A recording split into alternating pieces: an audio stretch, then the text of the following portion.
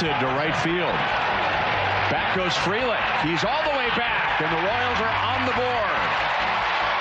Michael Massey's third home run of the year.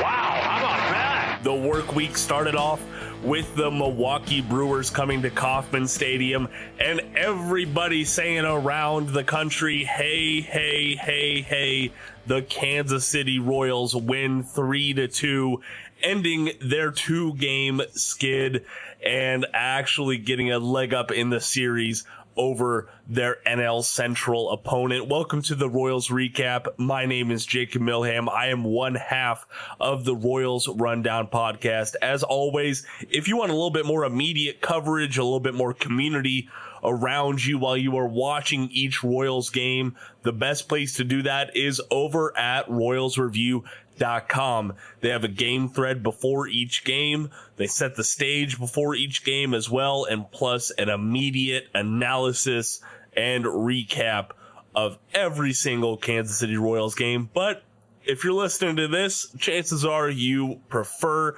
your recaps in an audible format, and that is what I am here to do. So let's go ahead and talk about this. So like I said, the Royals snapped their 2-game skid, and they're currently 2-2 on the homestand, so they're still 500. Kauffman Stadium has been fairly kind to them this year. They're 14-7 in Kauffman Stadium. That is crazy to think. Chances are that if you buy 3 tickets to Royals home games, 2 of them are going to be wins. That's great. They're keeping pace with the Philadelphia Phillies for the most home wins in MLB. That is an awesome pace and awesome company to keep if you want to be on top of baseball. Tonight was their 7th comeback win of the year. Listen, tonight was not a perfect game by any stretch. There were many issues tonight, mainly with the bats. But what really matters is they came up when you needed them. Okay? Ended the night on top, scoring more runs than the opposition, having more hits than the opposition. And that's got another one in the win column. That's all that matters. All right? They overcame a multi-run deficit for the 5th time this season and won despite trailing after the 6th inning for the 3rd time this year. The Kansas City Royals are currently sitting at 21-15. All right, that is a great spot to be sitting at in this point of the year. I absolutely love it. They're 7-5 in series opening games, which I really do like. It sets the tone for each series if they win, and actually gives you hope, like, okay, well, you know, they're going into game 2 up 1-0. Maybe we can get a early series win. Maybe we can go for a sweep. We saw it against the White Sox and the Astros. I'm not saying we're going to get a sweep against the Milwaukee Brewers, a very, very good team in their own right, but this is what you need to do in the first step. You need to win game 1. And this is their first win over Milwaukee since 2021. That is crazy to me in a setting where they play every team at least once in the season. And we're in 2024 and the Royals haven't beat the Brewers since 2021. Like, we were still wearing masks back then. But tonight's win would not have been possible without Cole Ragans. All right. He only allowed 2 runs tonight, had 6 innings pitched. I get it. Bryce Whistling, I think is how you say his last name. He technically had the better start tonight. That's okay. But Cole Ragans came in and did what he needed to do. 6 innings pitched, only 2 hits, with 2 earned runs across that span. 8 strikeouts to 2 walks. And those 2 runs were off of a Gary Sanchez homer. Like, I would personally, you can disagree with me, I would rather have a pitcher's runs come off of just 1 home run and that's it, rather than like 2 innings where they come out and they just get dinked and dunked for all their runs.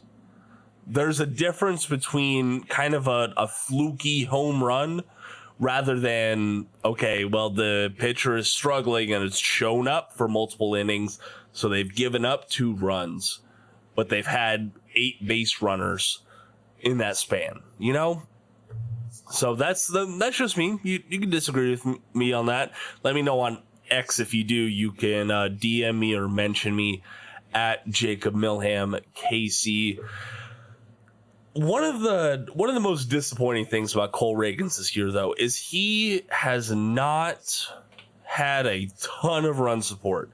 He has received a total of 11 runs of support in his 8 starts this year. Okay, like that's crazy. No run support in 3 of his last 5 starts, if I'm looking at this right. Like, whenever he leaves the mound, no matter how well he has done his job, it seems like the offense has not done their job. And that is disappointing for your ace. Okay, let's go ahead and start calling Cole Ragans what he is. He's not the opening day starter. He's not the top of the rotation guy. He is your ace. All right, he came in tonight and did what he needed to do. His strike percentage was great. I don't like this is another thing that I want to kind of dive into a little bit more later on. 63.2% on his strike percentage. Now that doesn't sound like a lot, but most other good starts, you're sitting at like 55, 57% in that range. Jumping up to 63, working that much in the zone against a team that is tied for their division lead, that shows so much confidence. That shows so much trust in his stuff. And that shows a lot of chemistry with his battery mate, Salvador Perez. Okay, I absolutely love that. I really do. Another thing that I absolutely love tonight is Maikel Massey, who got the scoring effort started. He extended his career best hit streak to 9 games, getting the Royals on the board with a solo home run to begin the 3-run 7th inning that turned a 2-0 deficit into a 3-2 lead, and that was all the Royals needed to hang on to this game. Massey is batting .375 with 8 RBI during his 9-game hit streak, and all 3 of his home runs have come this year in his last 6 games. Maikel Massey's absolutely red hot right now, absolutely showing why Matt Quatraro was right to move him up to 5th in the lineup. Could not be more happy to see him succeeding right now after bouncing back from injury. He had a really cold start. He's not going to be lighting up very many, national pundits or nothing with his performance, but he's absolutely what the Royals need at second base right now and still playing elite defense.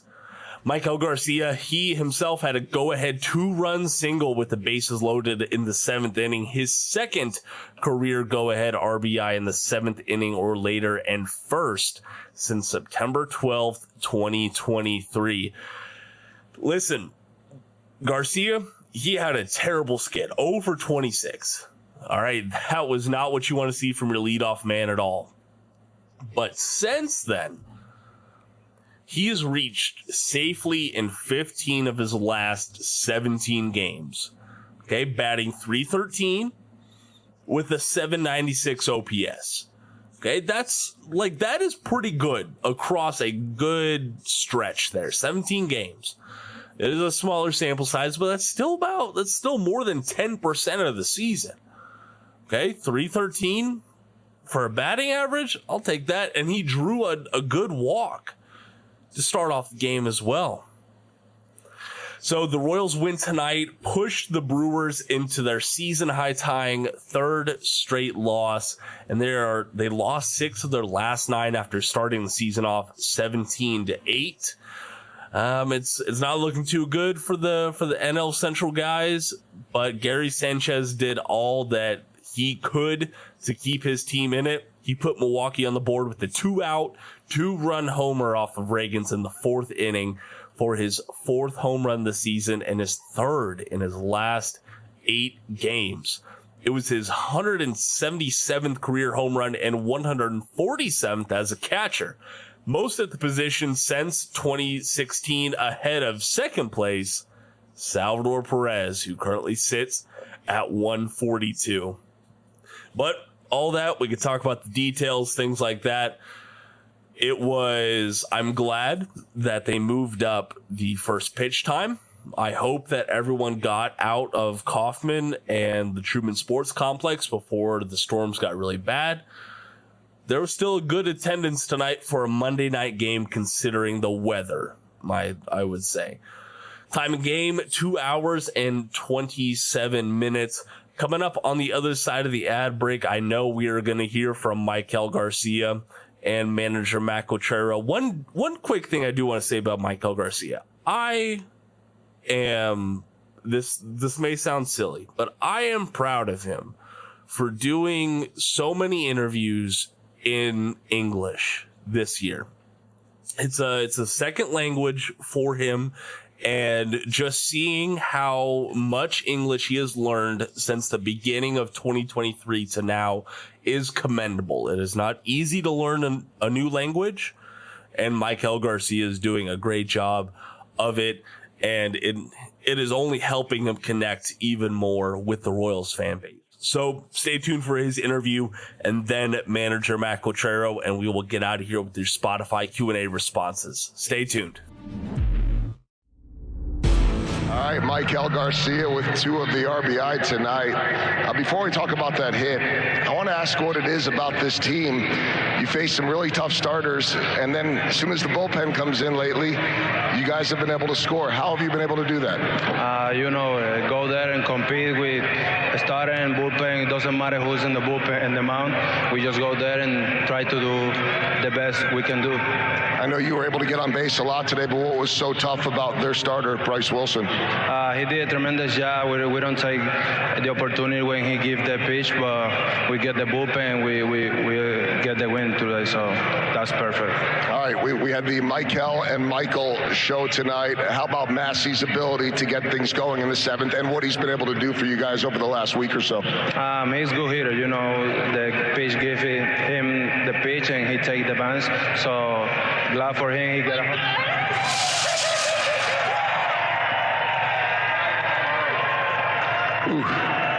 little Frito.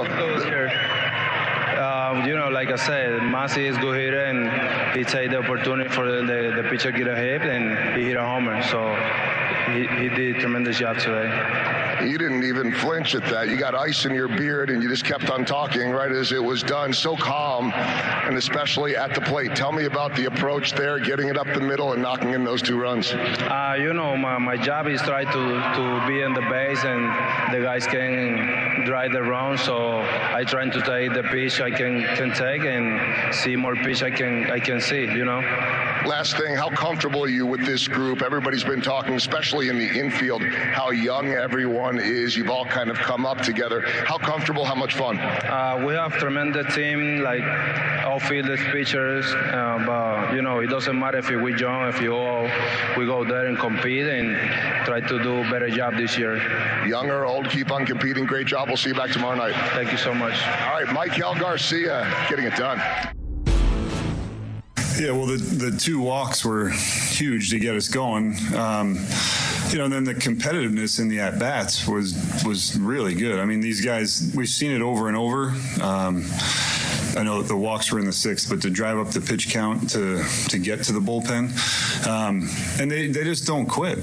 There's nothing. I wish I could put my finger on it and say, let's do that in the 1st. But for whatever reason, the game gets later and they come through. Especially Blanco's speed helping. Yeah, it was really well played. Oh, they changed it to an error? To a hit. To a hit? Oh, okay. Really? Okay. I would have assumed that was a hit either way. That was I think Frazier had a good jump off of first, too. That was going to be a tough play regardless of whether Willie fielded it cleanly or not. Have you noticed a difference in what Maikel Garcia is doing at the plate, maybe with his swing or anything like that, that has led to this hot streak that he's on? No, I mean, I think I mentioned.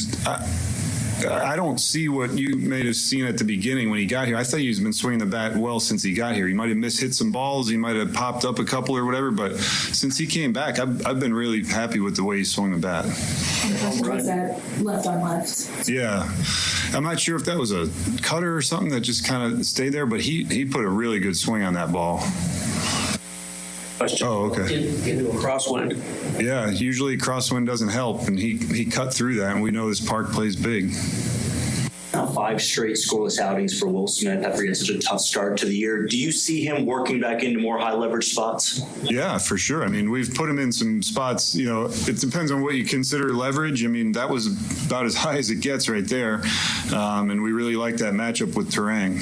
And your usual guys you've been able to go to, Serpa, John Schreiber, James MacArthur, none could go tonight, and you had to go with Duffy, Smith, Anderson, and of course Chris Stratton to close out the game. What is that like for you as a manager when you can't have maybe the most reliable guys out there, but guys like this can still step up? Well, that's the sign of a good team. You have to have depth. The more games you win, the more often your main high leverage guys are going to pitch, and then hopefully you have more opportunities the next day or the day after, and you can't always use them. And we have a lot of confidence in a lot of those guys. Duffy's done this for 6+ years in the big leagues. Nick's been a high leverage guy before, so really we feel good about him.